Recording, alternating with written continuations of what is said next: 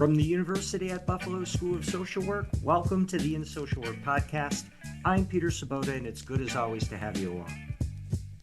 It's not a surprise to many that in our current moment, higher education faculty have frequently experienced a range of troubling student-initiated confrontations, from minor rudeness to deliberate hostility to even experiences of violence. Just take a look at the New York Times for accounts of an Oklahoma University teaching assistant placed on leave, and only this past summer, a Texas A&M professor, dean, department head, and university president all out the door following the backlash following student confrontations. Lest we ignore it, social work education is not immune to this trend. Speak with social work educators or spend time at some of their faculty meetings, and you'll hear about experiences that in some cases result in fear arising from a number of different events and experiences with their students. These incidents create significant personal and professional challenges, often worsened by inadequate institutional support and limited training in classroom management. On today's show, our guest, Thalia Andren, will discuss what she's learned from her research with social work educators, along with her own experiences in her professional career as an academic. She will describe what happens, how educators respond, and what the impact is on them. Dr. Andren will offer recommendations for effective management of these confrontations and what needs to be done and put in place to prevent civil discourse and critical thinking from becoming confrontation and a battlefield in the classroom. Thalia Andren, PhD, MSW, is owner at Andren Counseling and Consulting. She's also a social work educator and researcher. Hi, Thalia. Welcome to In Social Work. Hi, thanks so much for having me. Yeah, it's 8 degrees here in the greater Buffalo area this morning. Yeah, it's a little bit warmer here in the Chicagoland area, but Yeah, we're all right. supposed to head where you are soon, so. All right. Well, thanks again for joining us. So today we're going to talk about, let's see, how do we put this? Interactions and events that you have referred to as student-initiated confrontations. And by the way, the people being confronted in this conversation are probably going to be social work educators mostly. Yes. But before we do that, I'm really curious because we didn't find a lot of social work literature related to this, which was surprising. But so how did you find yourself becoming interested in this and then eventually studying this topic? Sure. Well, thank you for asking. So I would say my first experience with being in an academic role was probably around 2009. I was I'm a clinical social worker by trade here, Mm-hmm. but I really wanted to see what teaching was like. And so I took on the role of an adjunct at a school that was a lot of mature students, older students, Mm-hmm. mostly business students, actually. So it wasn't even in the field. And I have to say, I loved teaching. I loved working with all of Mm-hmm. the different students. I do remember I had one student in particular who gave me a bit of a hard time and apparently gave other instructors a hard time. So I didn't take it overly personally. Yeah, that's And comforting. Yeah. yeah, and it wasn't anything it was more like around when they were attending class and leaving and that sort of a thing. So I really just chalked it up to an isolated incident.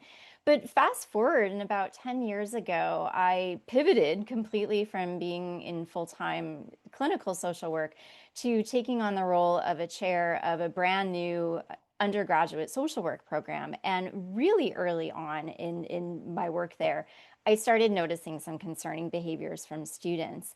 And it was a challenge for me. I mean, I'm trying to make a good impression. I was trying to keep situations from escalating and getting onto the desk of the dean. And then I started hearing more and more similar stories from my instructors, from some of my coworkers. Then I started hearing similar stories from other people who were working in similar roles at other schools. And I remember specifically a colleague of mine who was in a similar position at another school saying, "My faculty are being bullied on a daily basis, and I just don't know what to do about it." And that really started to get me thinking, right? Like it was validating to know that I wasn't alone. But then on the Mm. other hand, it was really concerning to think these kinds of things were happening when I would never act in that sort of a way. And so all this really led me to start thinking more and more that this was something bigger than just isolated incidents. This is actually a phenomenon. And so why is this happening? What's contributing to it? Why isn't more being done to address these situations, right? Like if leadership is in this place of power and authority, then why aren't they addressing it at a higher level? And so when I thought about going back to school for my doctorate, I thought this is an area of research that really needs to be looked at more closely, and that's how it all evolved. Yeah. Well, and now we get to read about it on the front page of the New York Times and the Chronicle of Higher Yeah. Education and Mm-hmm. Inside Higher Ed almost on a daily basis. Mm-hmm. So let's now lay out the playing field here. Mm-hmm. So what exactly are you referring to when you say student initiated confrontations? Like Sure. what exactly are we talking about here? Yeah, so I wanted to come up with my own term when I was doing the research. Hmm. And so that's how student-initiated confrontation, or if you hear me say sick, I don't mean illness, I'm meaning student-initiated confrontation. But I developed that term because when I actually was doing the literature, there were a lot of different terms out there, right? You Yeah. see, I mean, you definitely see bullying, which Mhm. represents some of those more intense hostile behaviors. You see incivility, which was used a lot, and I think the two articles that I found that were related to social work focus more on incivility, and that can be more some of like rude, incidental kinds of behaviors. Even terms like contra power harassment, teacher target bullying. And so while they had a lot of similar elements, they didn't all represent the same thing. So student-initiated confrontations, for all intents and purposes, is really a range of behaviors that can happen both in the classroom but also outside the classroom in Hmm. terms of emails or communication.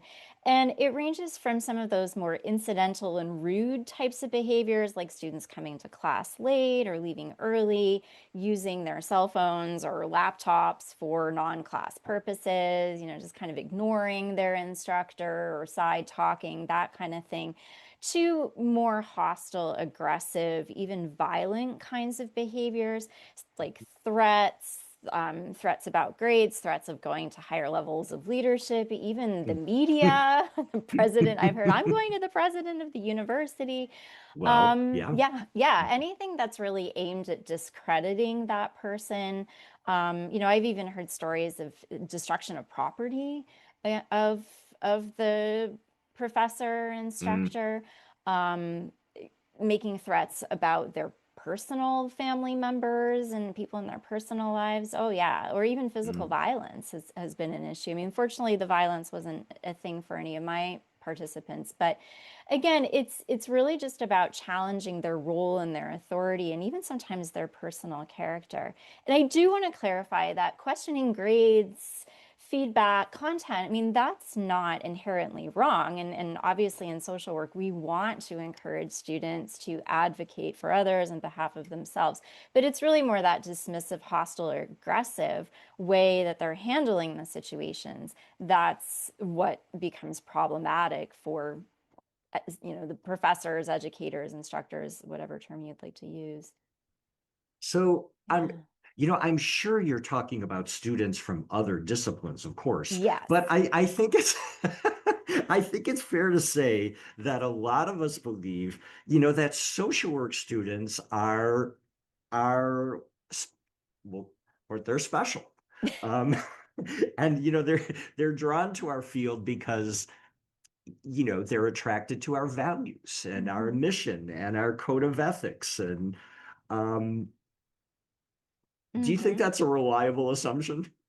Well, I mean, I may be biased as a social worker. I mean, of course, I like to think that we're all special and unique. I mean, certainly the helping professions can be, but I think that's why it's been such a shock, especially when people ask, "Oh, what was your focus of research?" And I tell them, and people who are in the social work field, and they all, anybody who's worked in academia is not surprised by this, but anybody who hasn't is absolutely shocked because they wouldn't think that someone going into this particular field Mhm. would be acting in this kind of a way, especially since usually you ask people, why do you go into social work? Because they want to help people, because they want to advocate for change and help those who are vulnerable. But yeah, some of the behaviors definitely don't align with our code of ethics, our standards of practice, etc.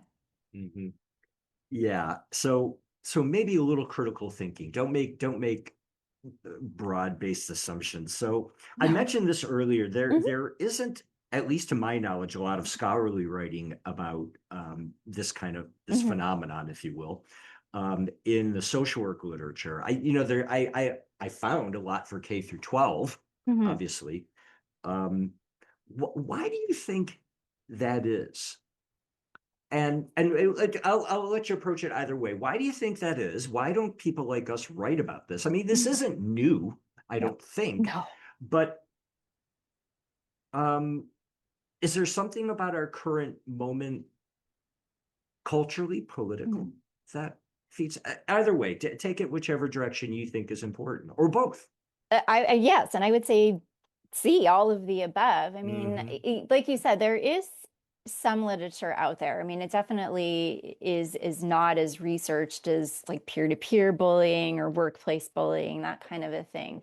And a lot of the research that I found was it's related to nursing programs. I mean, I found Yep. one that was geology. Some were just very general across universities and not specific to a discipline. But I don't know honestly why this hasn't been more researched. I mean, like you said, conflict between students and teachers has been around since the beginning of time. Um, but I'm wondering if it's only more recently that academia or instructors are realizing that this is more than just some of those isolated incidents or these one-off situations, and that this is part of maybe a bigger systemic issue. Um, I also wonder if as it's become a little bit more common, if there's an it's just part of the job kind of a mentality. I know when I was interviewing my Mm, participants that a lot of them felt like leadership wasn't supporting them more just because it was sort of like, yes, it's an unfortunate situation, but it's just part of the job. You just have to learn how to deal with it. And so if that's the case, then maybe it hasn't been researched.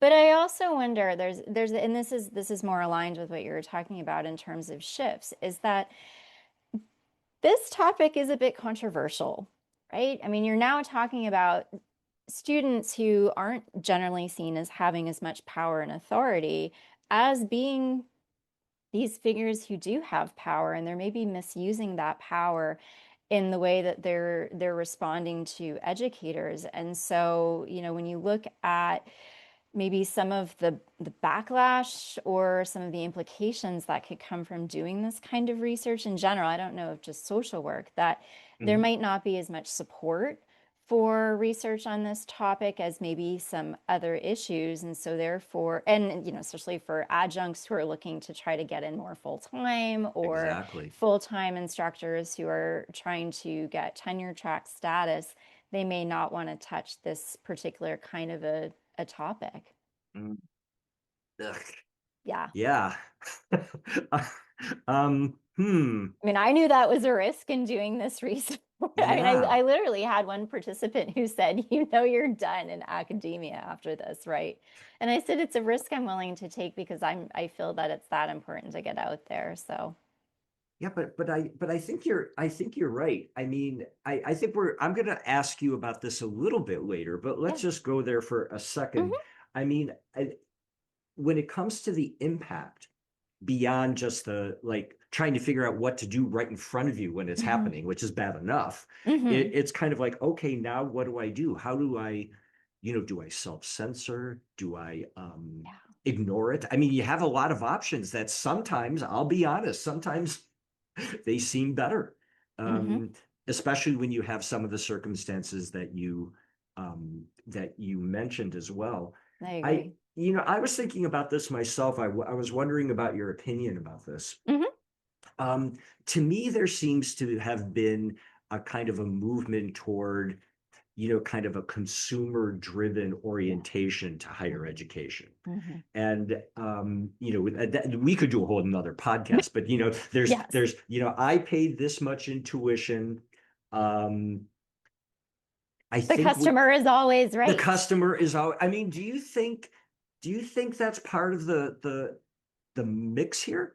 Oh, absolutely. You And if do. you, Okay. yes, and if you look at the literature that's actually out there right now, that any research study that talks about why is this happening, what are some of the contributing factors, that consumerism is one of the first things that pops up, right? I paid for this education, so just give me the A. And when I was actually doing my participant interviews, one of my questions was, why do you think this phenomenon is happening? And consumerism and this, I'm paying for it, I don't need to work for it, just give me the A. This is really expensive.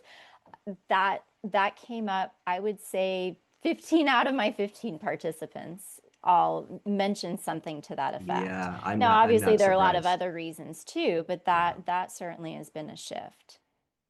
Yeah, and like you said, instructors who are adjuncts who really rely heavily, I would guess, on their course evaluations, Yes. right? Hmm. And also, folks on the tenure track who aren't there yet, Hmm. it becomes a cost benefit analysis, right? And yeah, and Hmm. you're fighting sometimes something bigger than you, it feels like. And toss in a little bit of grade inflation, maybe, Yeah. and and even maybe the lingering effects of what went down during the pandemic, and Oh, it's like sure. a perfect storm Yeah, I for mean, even when I was finishing up, or even after I finished my dissertation and was actually putting some journal articles out there, there were some studies that came in right at the bitter end, like in 2022, in yeah. early 2023, that were talking about this phenomenon from a pandemic perspective. But and I also want to say too, is it's not just the consumerism. I mean, I think part of the issue goes back to K through 12, right? You talked about that there was more K through 12 literature. But there have been shifts in K through 12 education. There are a lot more accommodations. You're Mhm. having a lot more, everybody gets a good grade, you're getting multiple opportunities to hand things in. And so when there are that many accommodations, there's grade inflation happening at the K through 12 level, then by the time students are getting to the higher education level, post-secondary, that those same expectations are there. And so if you actually do provide feedback that might be constructive, that might not be, here's your automatic A, there's that coping ability just isn't there because they haven't been scaffolded earlier in their life to be able to handle any sort of critique, criticism, feedback that Yeah. isn't, this is amazing, this is the best thing ever. So Yep. Yeah, I don't know about you, but I guess what I just want to say out loud is I really like teaching, and me too. the vast majority of students are very capable of Yes. being um, of critical thinking, of speaking truth to power, of challenging, and a lot of that is, I think, makes a course interesting. We encourage that in a lot of our Yes. syllabus. So, Hmm. we're not talking about everybody, but you only need one or two that can really like unnerve you, I think. Yes. And so I just want to make sure that people, you haven't done this, but I want to make sure that people Thank you. understand that we're not talking about social work students in general. I think we're No. talking about maybe more frequent outliers, but certainly outliers. Yeah, and I really appreciate you saying that because that was one of the things that I wanted to mention too, that it isn't just everybody. I mean, there's got to be a reason that people like you and I still want to go back in there and teach. And it Mhm. really is just a handful of folks, or sometimes there can be one person and then Just there one. may be eliciting some other people.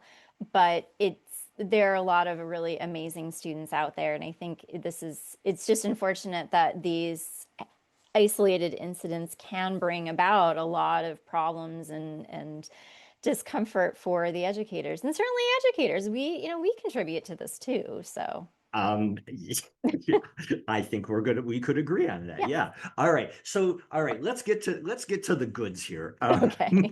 All right. As you have looked at these events and interactions, I don't know how to ask it either way.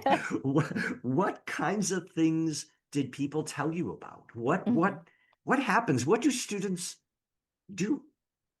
Well, one of the themes that came out of my interviews with participants was really that a lot of the behaviors are coming from a place of student discontent, right? They're feeling a sense of discontent around maybe grades, assignments, course content could even be aspects of the professor or the instructor themselves. Sometimes it's personal, but also sometimes Sure. just who they are as a person or where they're coming from. And so, certainly, these confrontational behaviors could manifest as some of those more rude incidental behaviors that I mentioned before, like coming to class late, or, you're using your laptop for things not class related. I mean, even my own experience walking around the room and seeing two students booking plane tickets in the in the middle of an activity. So They're there's some multitasking. they're Yeah. multitasking, Yeah. some of those kinds of things. But really, what was more disturbing for them and what they were noticing was those more intense, kind of hostile, aggressive behaviors. So, definitely threats, instead of initiating a problem solving kind of meeting directly with their instructor, that they're just going above them or saying, I don't really care what you think. I'm going to go to the dean. I'm going to go to the president of the college, that sort of a thing. Any sort of lashing out, refusing to do all or parts of an assignment that they don't like. You better take me out of this group presentation group and put me in another one, like those kinds of things. Certainly, like you said, course evaluations are being used, social media forums to disparage educators, but anything that's really about just trying to discredit them. Some participants talked about students who were banding together to try to get them fired or disciplined, that Yeah. mob mentality. But, Hmm. and even when students were going above the instructor to other forms of leadership, rarely was leadership redirecting them back to try to make Mm. this more of a problem solving and a professional kind of a scenario. So the instructors really were not feeling very supported. They weren't getting that backing that they really needed. So yeah, can Hmm. come out in a lot of different forms. Yikes. Yeah. So I don't know if it's even if this is a fair question, but do whatever you can with it. Okay. Or at least based on the folks that you spoke with, Mhm. is are there typical responses or from educators that you found? Like what did folks tell you about how they dealt with this, regardless of what it was? Yes, and that was really one of the main things I wanted to see, was like to really hear the voices of what are you Uh-huh. doing? How is this impacting? But honestly, I think that a lot of instructors are just trying to survive. They're just trying to, as one of my participants said, we're just all trying to survive the semester without any sort of conflict with students, without backlash, without anything ending up in the dean's office. And because they're not getting that support a lot of times from at least higher levels of leadership, maybe they're getting that support from their directors or chairs, but once it goes further. So they're ending up doing pretty much whatever they need to do to avoid that conflict. So, any sort of alteration of grading and teaching practices, you mentioned grade inflation. They might be changing around assignments so that there's maybe less controversy or things that will be triggering. I think one of the biggest concerns is that all of them, and this is corroborated in the research too, were they were watering down certain content, Mhm. I course wondered content, about or that. even avoiding content altogether that could be quote unquote triggering or seen as controversial, anything that might create some of that discomfort in the student that could then lead to that backlash. And then in addition to that, there a lot of the participants talked about avoiding giving real constructive and critical feedback. Again, with that grade inflation, that there were times in essays or papers and assignments that they wanted to be a little bit more honest about some of the things that they were seeing in these assignments, but they were just afraid that that was going to be reacted to negatively. So they just stopped doing it. And I mean, obviously, there's some pretty serious implications with doing all these different things. So, Mhm. It sounds like fear. yes, yes. um, and it's interesting because I think um, some students might push back, right? Some Mhm, students might say, well, you're the instructor, you have a lot of power. This is not a level playing field. mhm. You're just used to you tell us in social work to advocate and to speak truth to power. And then when we do, you give us grief. Um, Yes. I know there's a nuanced response there, but I thought Mhm. I'd give you a shot at it and see what you thought. Well, it's interesting because I remember there was a participant who talked about that very thing, that especially a lot of assignments in social work are more reflective based, right? I mean, like Yeah. you go into another Hmm. discipline, you're going to get a lot of multiple choice tests and Yep. whatnot, but because there's so much reflection, that if instructors provide constructive feedback to a reflective assignment, I think there's so much personally felt, right? That students can feel very like you're Hmm. criticizing my personal experience as opposed to I'm not necessarily that's not what I'm doing. I'm more providing some feedback around where maybe certain concepts could have been further developed, or you weren't referencing, or you weren't really meeting the expectations of the assignment. And I think there was a lot of misperception around what the feedback is for, as opposed to how the students are perceiving it. They're taking it very personally. Yeah. Yeah, I'm just having a lot of Yeah. thoughts about why that is. Yeah. Because I mean, you would assume that we're a bunch of people of goodwill, right? I Hmm. don't think, I'm sure there are some of us who deep down don't like teaching and maybe don't like students and Hmm. uh, Just want to do but the research part. but that's not most of the people who I've No. met in social work education for sure. So I wanted to ask you, you've kind of talked a little bit about the impact Hmm. on educators' work and the Hmm. choices they make. Hmm. But I think we have to acknowledge that underneath, Hmm. the educators slash professor role, Hmm. we're human beings. Yes.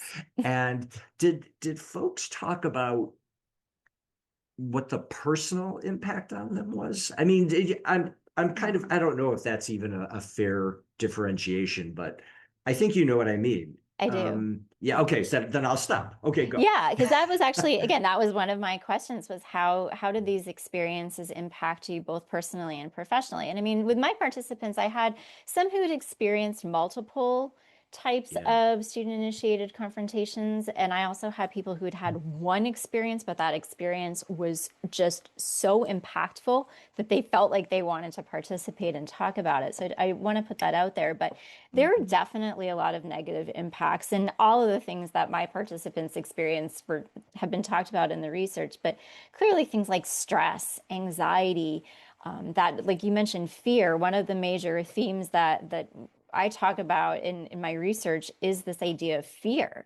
that there's this fear that situations are going to occur or they're going to escalate.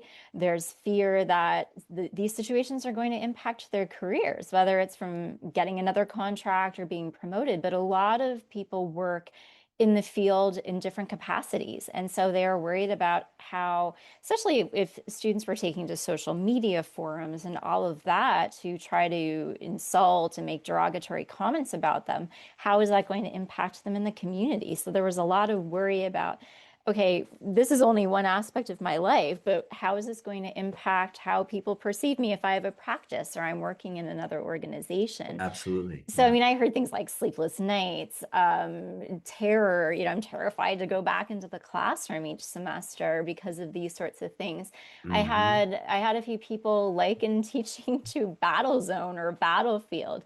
One person even said, every Uh, time I go into the classroom, you have to put on your helmet, you have to put on your sword, and even it said there are times I think it just might be easier to just be a retail cashier and have managers deal with these sorts of things so I can just do my job. So mhm. clearly there was a lot of a personal effect. PTSD was mentioned by a few. I mean, I even had one whose experience was so negative, and several ended up deciding just to leave teaching altogether, or at least for a part of time.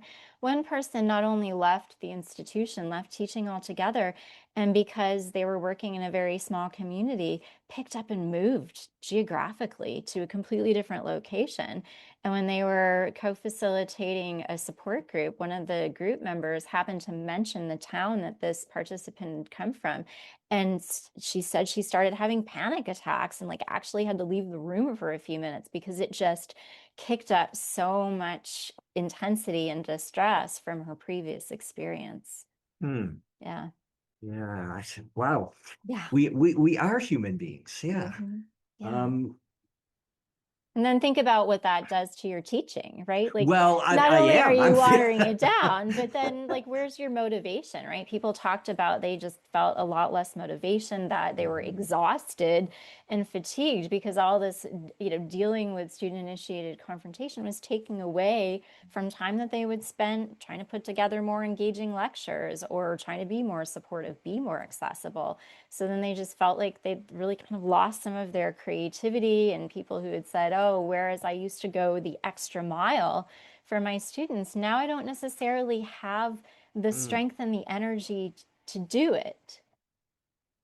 Yeah, I think, you and I, it's very likely you and I have similar backgrounds. I was a clinician, primarily a clinician for about 16 years before I moved into Yeah. academia. And one of the things that made me I think better or Hmm. continue to my professional development is I had a lot of good supervision. Me So too. my learning didn't stop when I received my degree. I learned Hmm. a lot more by Hmm. getting great supervision. But I was thinking while you were talking, is at least for me, or at least the world that I move around in, you really don't get a lot of evaluation from peers or Hmm. supervision from within your discipline about teaching. You don't even really get training No, on how to teach, or at least I didn't. no, no. Um, and so I think it's very weird for me to compare those two worlds because it was very Hmm. comforting to be completely overwhelmed, maybe in a session, for Yes. example, and to know that I had somebody, especially who I trusted, Hmm. that helps. Yes. And that goes back to your comments about administrative support.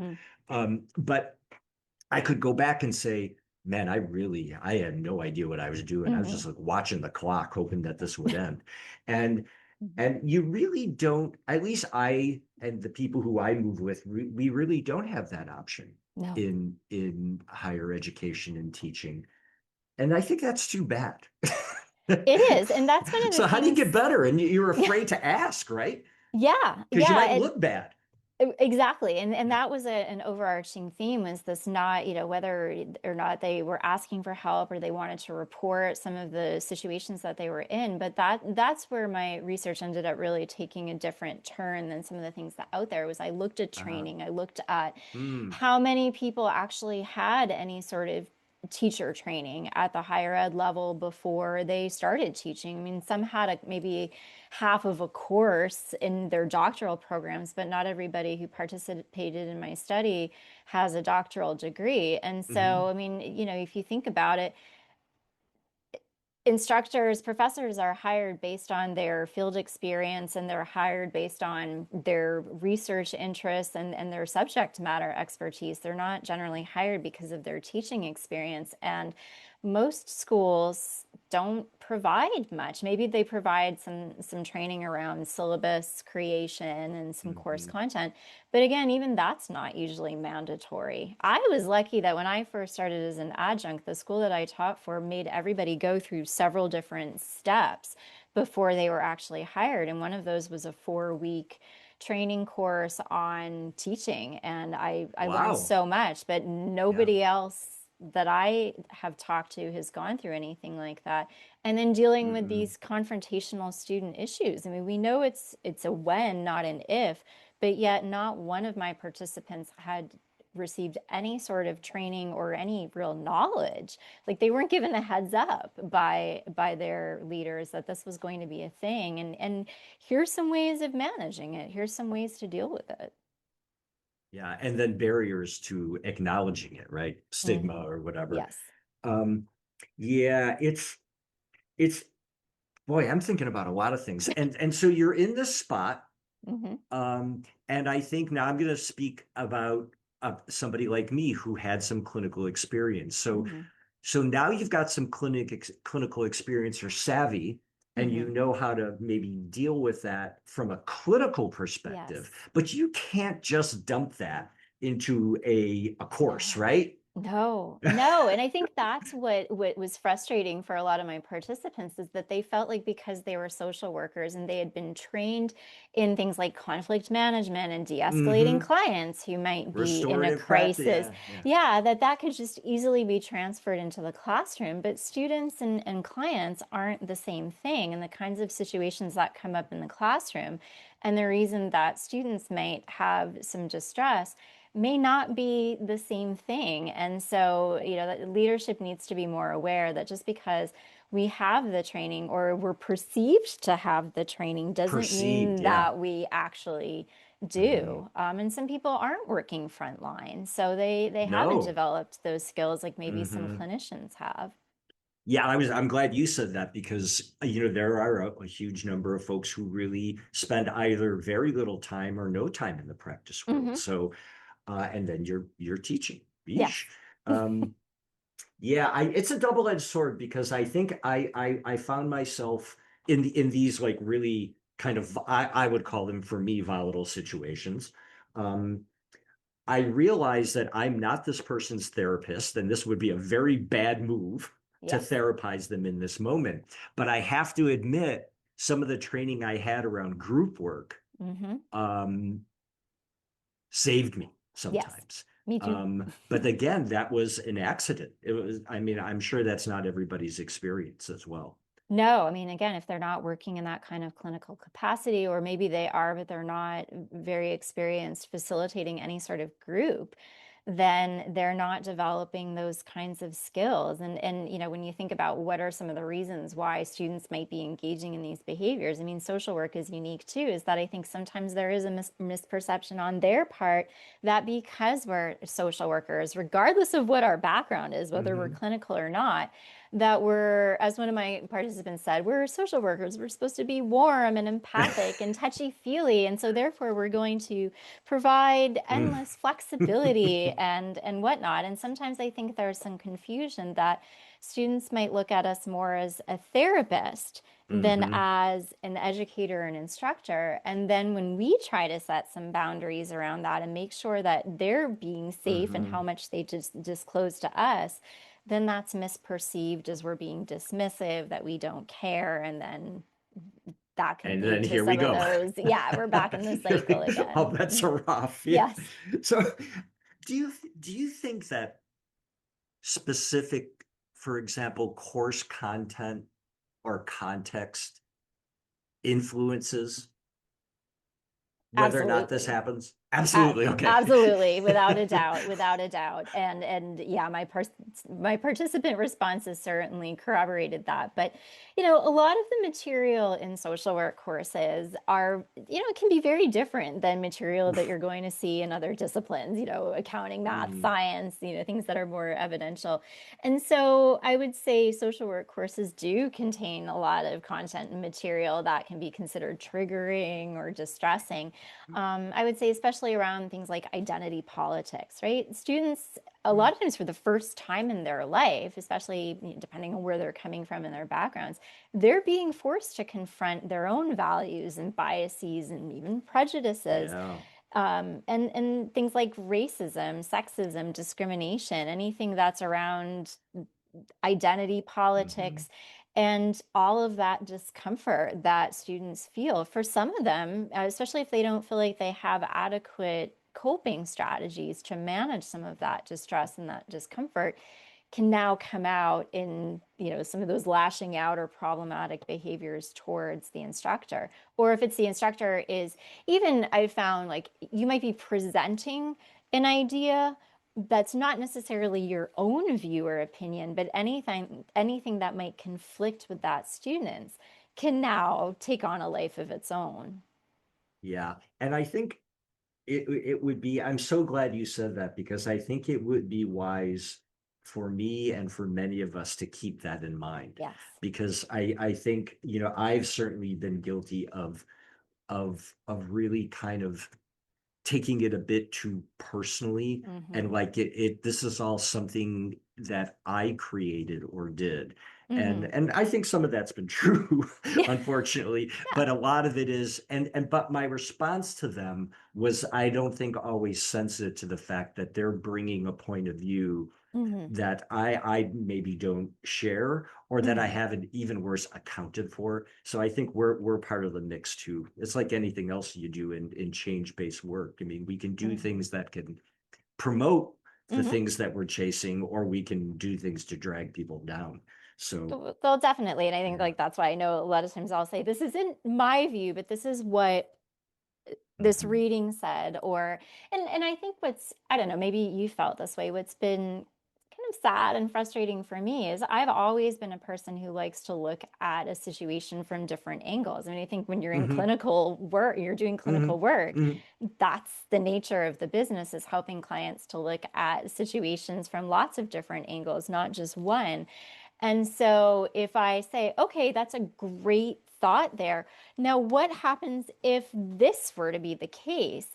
That sometimes that's being looked at as now we're trying to impose our beliefs and values, as opposed to, okay, but you might have a client who's not going to have that opinion. What do you do if you're in this situation? What if you have a coworker, a supervisor who isn't sharing that same belief as you? How will you manage that?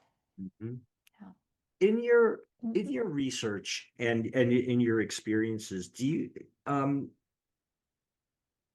do you think social work I'm thinking about course evaluations, that Mhm. this is where this is coming from. I've read some of this stuff, but do you think that women or instructors who occupy some kind of minority status get more grief than others?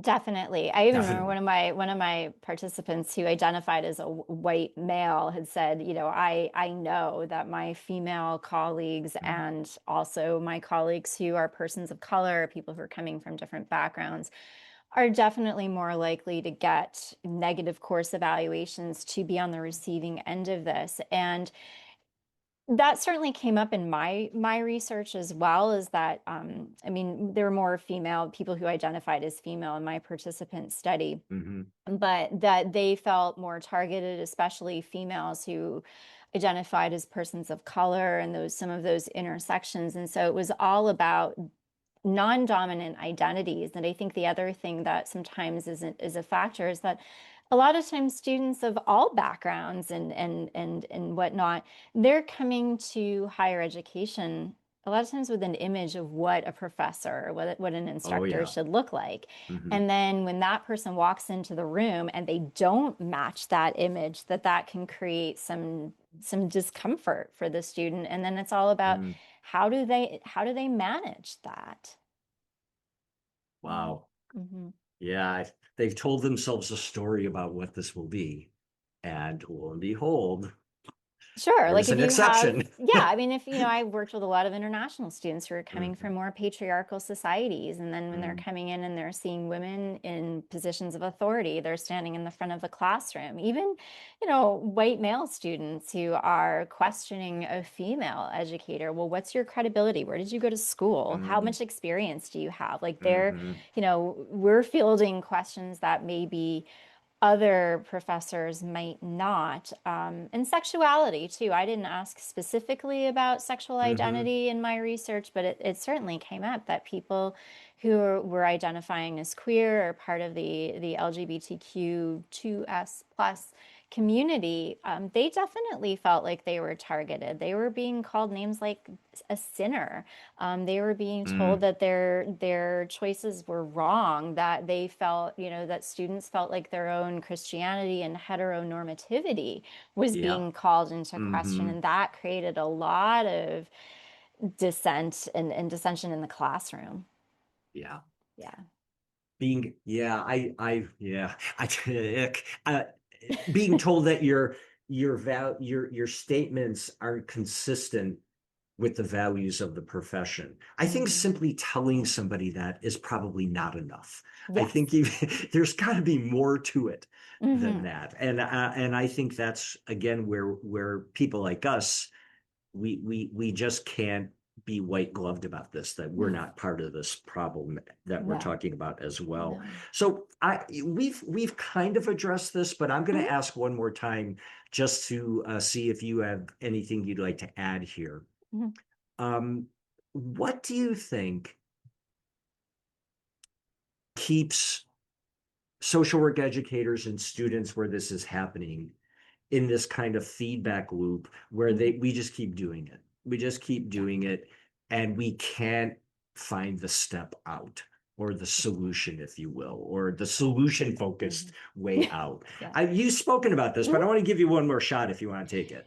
Yeah, and I do actually, because I think a lot of the literature, or pretty much all the literature out there, really positioned this phenomenon as more of a dyadic sort of a Yeah. issue, right? That it's between the students and the educators. So the students are the ones who are coming in and they're initiating these confrontational behaviors, and then clearly educators have a role. I mean, we know that professors who tend to be less accessible, who aren't as warm and Mhm. empathic, or they're just boring, or they're not very engaging in the classroom, they're more likely targets of this sort of thing. So, and I mean, other vulnerabilities, right? Just not knowing how to manage these kinds of situations, or not having training and teaching. So again, we're not innocent in this either. Educators are complicit.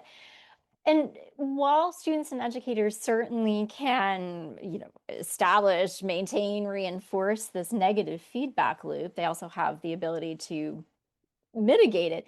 But my research actually brought a slightly new perspective, in that it's not actually a dyad, it's a triad.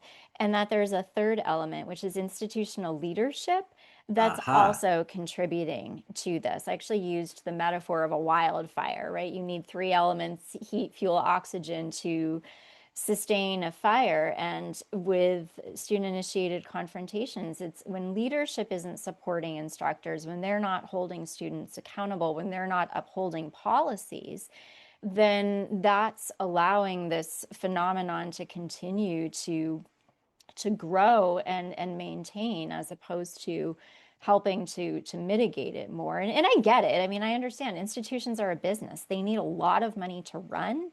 You talked about, is this a unique time with political changes? And I think institutions are even more fear, just like instructors have their own fears.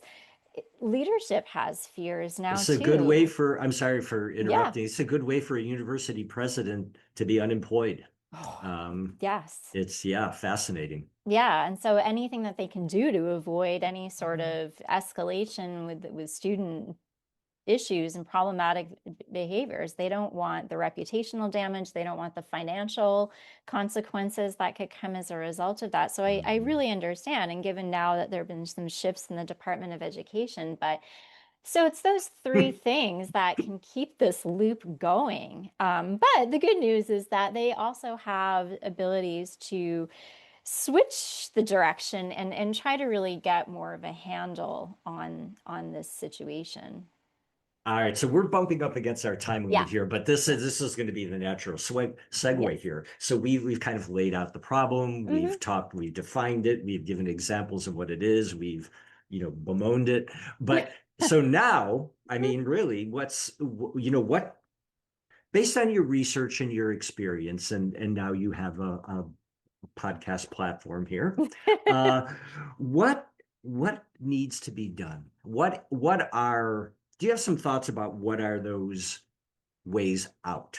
Yes. I What mean, needs to happen? Like I if you don't had a think magic wand. if I had a well, I don't, but I mean, Yeah. I don't think that this problem is going to ever go away. But there are things that can be done at each level, right? I mean, students certainly have the power to approach situations with their instructors in a different way. Mhm. They can certainly, like I said before, questioning grades, feedback, content, things that are confusing for them is important, and they should do that. It's just they have the power to initiate that in more of a professional way, and to do it in a way that aligns with social work values. Like, initiate a calm conversation with the instructor, approach it from a place of curiosity as opposed to animosity, right? And we also know that if students are feeling stressed, which being a student is stressful, and a lot of them are Mhm. navigating other challenges like family commitments, job commitments, and whatnot, to take advantage of some of the resources that schools have to offer, whether it's counseling service, mental health services.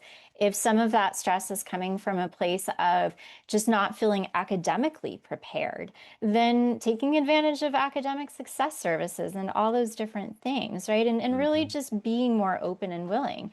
And from an instructor perspective, right? Seeking out training and education or different ways to handle these sorts of situations, and also how to be more dynamic, how to be more engaging in the classroom. And there are a lot of different prevention sorts of things, right? Like setting really clear expectations. We know that instructors are more likely to experience backlash from students if students are confused about whether it's the syllabus or assignments, course expectations, put everything in writing, because if students find any sort of loophole, then we don't really have much to stand on at that point. And then I think you mentioned before, try not to take it personally. As hard as it is for us as instructors not to take things personally, to recognize that a lot of the student behaviors might be coming from a place of stress and Yeah. distress. And so not to justify the behavior, but how can we show up? How can we maybe be more accessible, come to class early, stay late?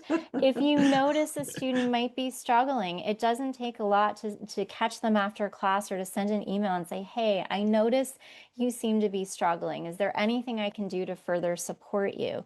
Yeah. So there are those things. And then from a leadership perspective, leadership needs to do a better job of training instructors, especially new ones, people, whether it be just basic teacher training, but also there needs to Hmm. be more training around this phenomenon of student initiated confrontation, making sure that they're constantly evaluating and reevaluating different student code of conduct policies, but upholding them. What good is having a policy if you're not actually going to uphold it?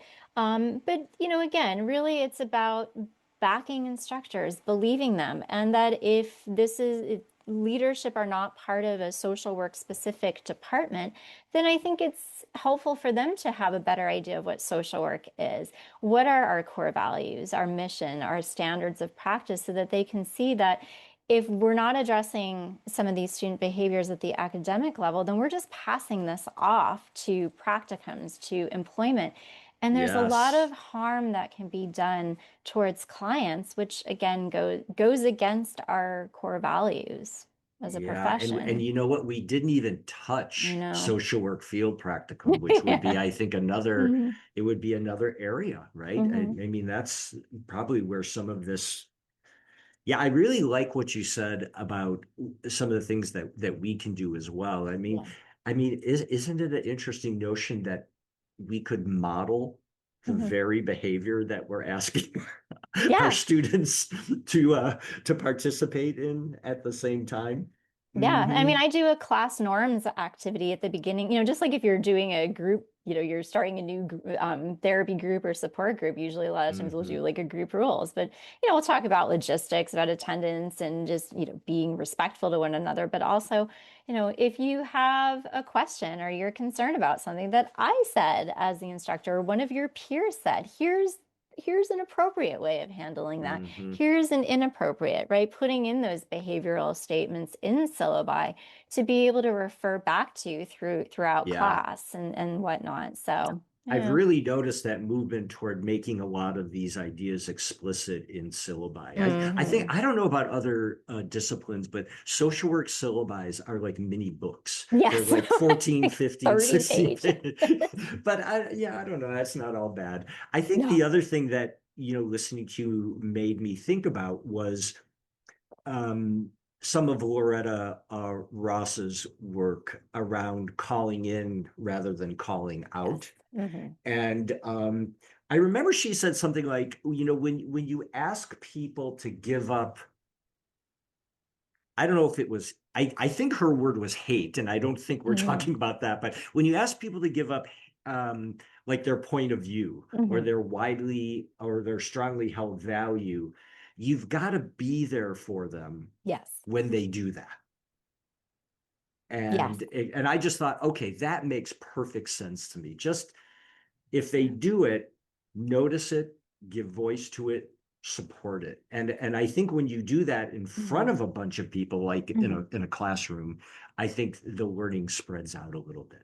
It does. We want to maintain that credibility because if Yeah. if students see that they can essentially take advantage, or if you're not handling a situation right away, then your credibility is lost. Now, on the other hand, we want to be careful not to publicly shame a student Of either. So I course. think that's where if you we're Yeah. lucky we have the code of ethics and values to be able to Yeah. refer back to. And if you do that class norms activity on day one, if you Hmm. see something happening by an individual student, to be able to look at it more holistically, like this is just a reminder that according to our class norms or according to what's in our syllabus, we would just want to make sure we are adhering to that and then pulling the student aside for a one-on-one so that the class knows that you're aware of it, but you're not actually making an effort to embarrass them either. Yeah, exactly. Well, you know what? Thank you so much. I have one more here for you.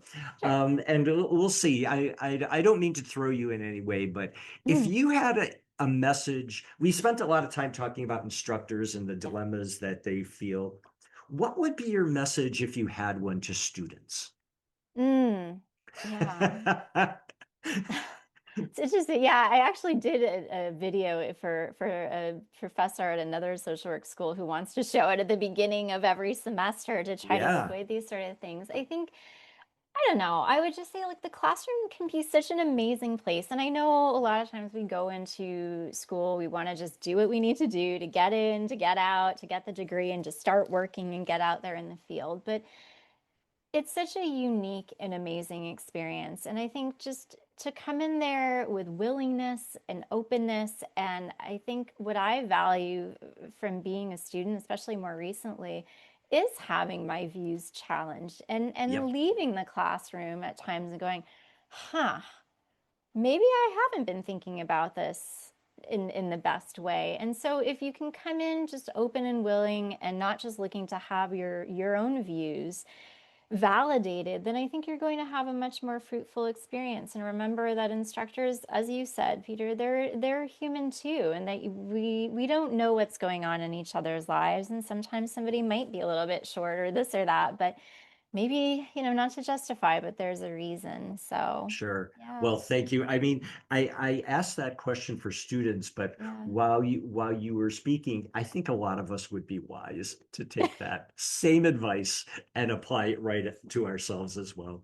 We would, Um, and if I could just do like a very quick shameless plug, when you ask like what can we do, there's Absolutely. there's not a lot of training out there, and that was one of the things that my participants commented on is that even when they were looking for training on how to manage student-initiated Hmm. confrontation, there was none. And so one of the projects that I was lucky enough to be able to work on during my doctoral program was putting like a 4 or 5 hour workshop together and can be modified on just understanding the phenomenon, understanding the impacts that we as instructors, educators can experience, but also more importantly, some different strategies, a little bit more specific than what I mentioned here. And that's for anybody. It doesn't have to be just social work, but I've certainly catered it to social work. So Hmm. if anybody is interested in having me talk to them, I'm happy to talk a little bit more to bring that workshop to their programs. So Sure. thank you. Thank you. Dahlia, thanks again for joining us. Really appreciate it. Thank you so much for having me. This has been great. Thanks again to Thalia Andren for joining us today. The team at the In Social Work podcast are Steve Sturman, our web and tech guru, Ryan Trofe, our GA production assistant and guest coordinator, and I'm Peter Sabota. We'll see you next time, everybody.